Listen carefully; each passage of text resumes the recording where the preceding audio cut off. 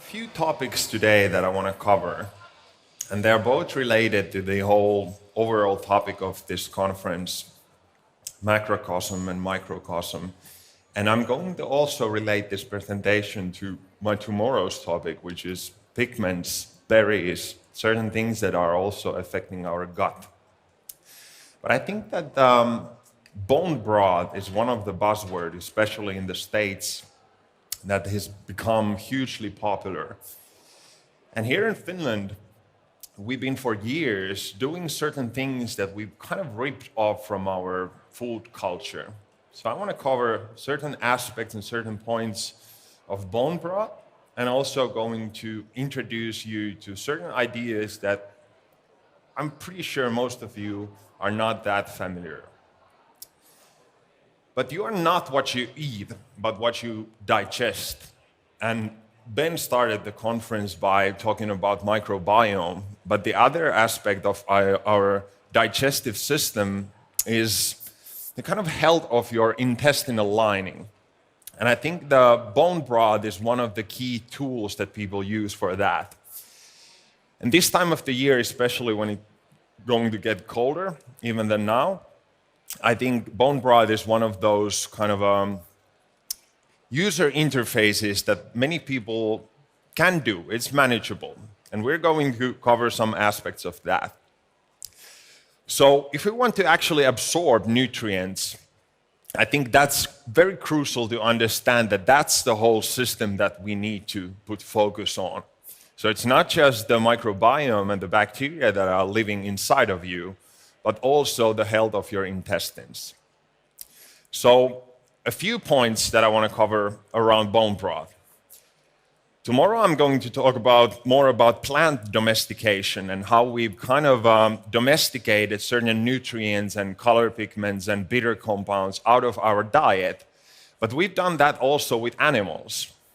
And these are actual animals that mainly, in Brazil and certain parts of the Amazon, they use for growing meat. But when it goes to more details with bone broth, I think it's necessary to understand that whenever we talk about mammals or aspects that are higher in the food chain, they concentrate nutrients, whether it was minerals and stuff like that, but they also concentrate heavy metals, toxins, stuff like that. So the quality is even more important when we move from plants or fungi up in the chain. And one aspect is also that, from my knowledge, many people, when they make bone broth, they don't extract as much nutrients out of the broth because just boiling it for 4 hours or so. So at least with minerals, it's a good idea to do that for 12 hours, 24 hours. That's one key point that the science, that's not that broad with bone broth, even though we've used bone broths for literally thousands of years. So one aspect is that if I look at plants, it starts from the soil. And this year I've been actually spending quite a bit of time analyzing the soil because I've been growing plants for years and analyzing what affects the nutrient density of the soil, how we can actually fertilize the soil in a way that plants absorb more nutrition out of that.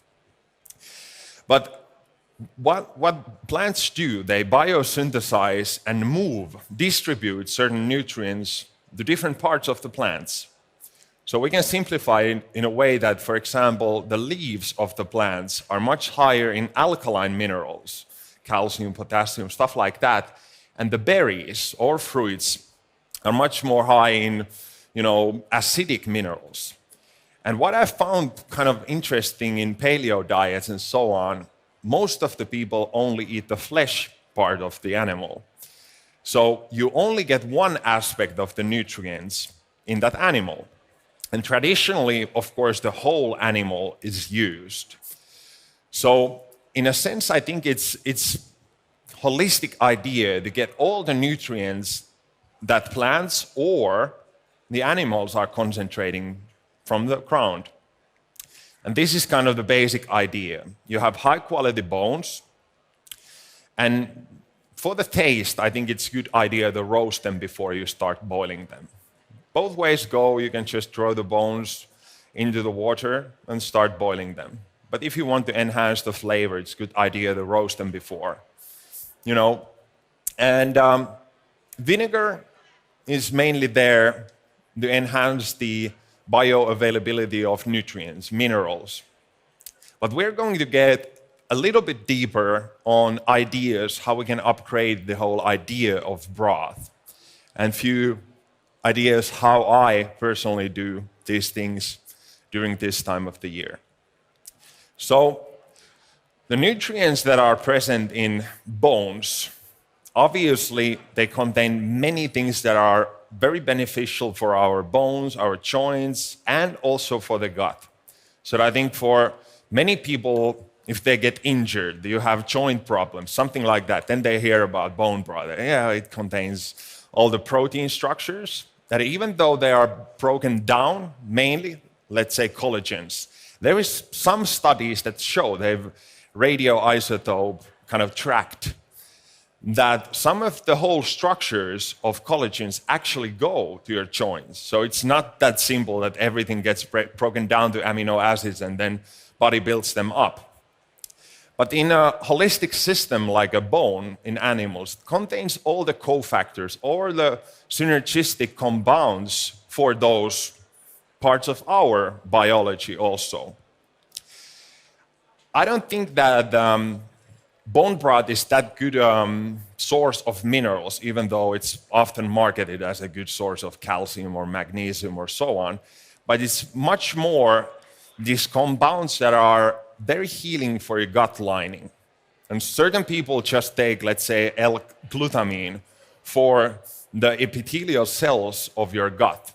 But I think in bone broth, you find many of these nutrients in a ratios with each other in a way that it's very good if you have, let's say, leaky gut syndrome, which is for many people kind of the root problem why they get difficulties with let's say, casein from milk or certain protein structures from wheat or whatever. If you really heal your gut, many of these proteins are not that terrible for your system. There is differences in there, of course, but I think this is kind of the underlying idea, why we want to do something like this.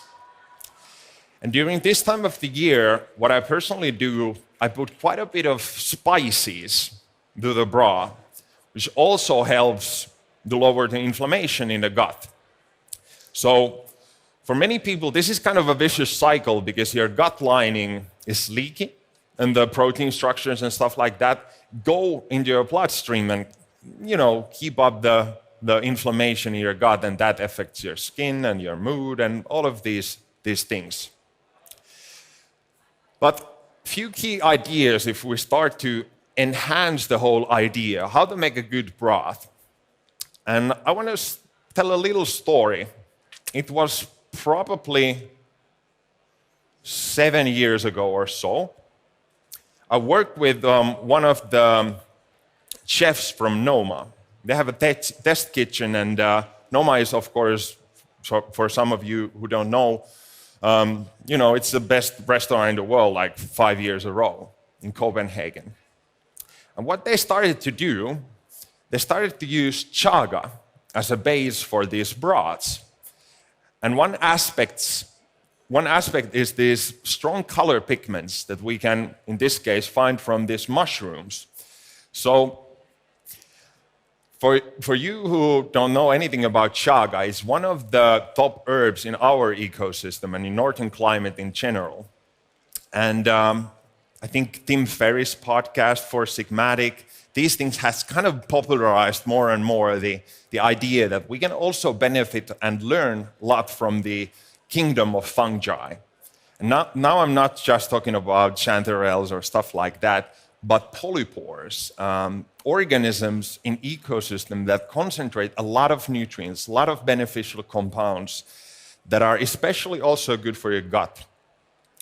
These color pigments that you can see in here, this kind of melatonin pigmentation, these work as a prebiotics for your gut. So we've heard about probiotics and all that, but prebiotics are kind of a food source for probiotics. And chaga is very weird in a sense that it's the part that we use is not a mushroom. So it doesn't have spores. So the sclerotium is the part that usually grows on birch trees. And it's super high in these color pigments. I think like spices are the top source of antioxidant compounds. But when it comes to these mushrooms, the reason why the tree, in essence, produces these types of structures is to defend itself from oxidation, from different stressors from the environment. And I wrote a book about chaga 2012 or so. And during that time, I geeked into the science and folklore and everything in Finland and in Russia. And what is funny is you'll find even in the pictures, the whole thing that these are one of the key herbs for your gut, lowering the inflammation in your gut. Even though many people kind of speak about these mushrooms as super good things for your immune system, and some of you get the connection between these two things. So if you lower the inflammation in your gut, what happens? Your immune system starts to work properly. So what I did, I hired a translator who went through all the books that were written in 50s and 60s in Poland and in Russia.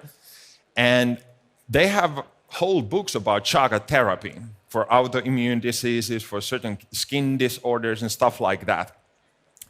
And why I bring this up is that years ago when I ran cafeterias here in Finland, what we started to do is we brew a chaga decoction. So you boil these things in water and you get this like strongly colored coffee-like liquid. So it was during the wartime in Finland, they used that as a coffee substitute. But it's also super high in alkaline minerals. So the mineral analysis that I've seen in chaga, it's one of the highest sources in potassium and certain alkaline minerals. So if you use that as a base liquid for brewing a cup of coffee, I think you get certain things that are really beneficial for you, and it kind of balances out the acidity of coffee. So I started to do this, but the cool thing is that if you have good user interface, something that is manageable in your daily basis, you can boil chaga tea and just keep it on your stove for a week, and it doesn't go bad. So what I started to do during the winter time, started to make bone broths using chaga tea or decoction as a base for that. And I think this is also good thing to emphasize because I give a lot of lectures, and when I ask like how many of you use ginseng, let's say, everybody has heard about certain herbs that then like few hands come up. So there are many things that we kind of just hear, but we don't do anything because it's not doable in a daily basis. So chaga and bone broth are related in a way that it's very easy to do these things. It's easy to make a broth, just keep it on a stove for days and you can sip it every day. And when it comes to the mineral side of things, I think one of the nice ideas is not just to add, vegetables and celery and stuff like that to those broths, but actually bring minerals. And some of the highest concentrations of iodine and glyconutrients, essential sugars, this is one of the aspects that many people have never heard of. There are essential sugars, so sugar compounds that our body is not able to produce. And these are actually very good for allergies. So seaweeds, wild food, widely available for everyone. So goes very well with certain types of broths. So here's the one idea that how you can kind of put all of these things together. You just have water. In Finland, of course, I'm a big fan of spring water. It's available everywhere. And whenever we talk about biohacking and this and that and priorities in things that we do, I'm always kind of fascinated how little we pay attention to the quality of water. We're 70% water, and if you don't connect with the source, literally, I think there's something missing, because water is a living substance. It contains bacteria, and that affects, of course, your microbiome.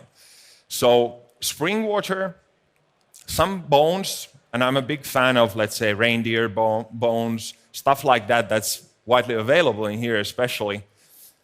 Then some vinegar, also, as I said, to enhance the absorption of nutrients. But then chaga. And by these types of things, you start to put together an actual broth that's lowering inflammation at the level that's very different from just brewing a bone broth and, some vegetables and stuff like that. Of course, let's say turmeric. There was an article in one of the biggest newspapers in Finland, probably a few months back, where they say that many of the supermarkets in Finland, they needed to move turmeric from their shelves near the cashiers because people were stealing turmeric from supermarkets. And I think that's also a funny thing, like how trendy turmeric is these days. But this is a kind of an idea. If you put together something like this, a little bit of salt, and first thing in the morning, you really start to heal the gut lining, lower inflammation in the gut.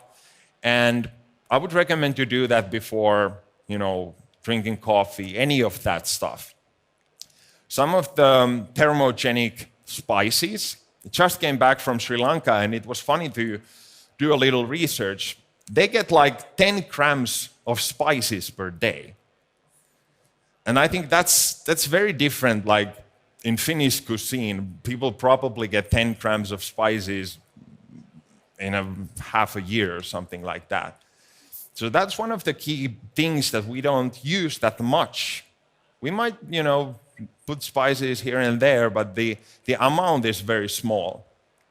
So in this short period of time, I just wanted to give you a few ideas what type of things are available for us, how we can connect more to different kingdoms of life, and also understand the holistic system of not just cherry picking certain parts of, for example, from animals, just the flesh, but the whole system to get all the nutrients that have been concentrated from the soil.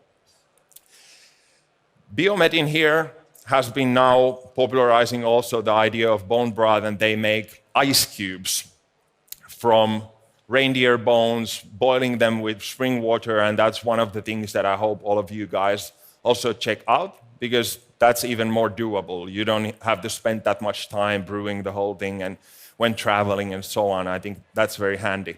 So my name is Jaakko Halmetaja. I'm around here, one of the authors of Biohacker's Handbook, and we're going to also give a presentation tomorrow about biohacking stress, and as I said, about color pigments in food and their effect to our gut.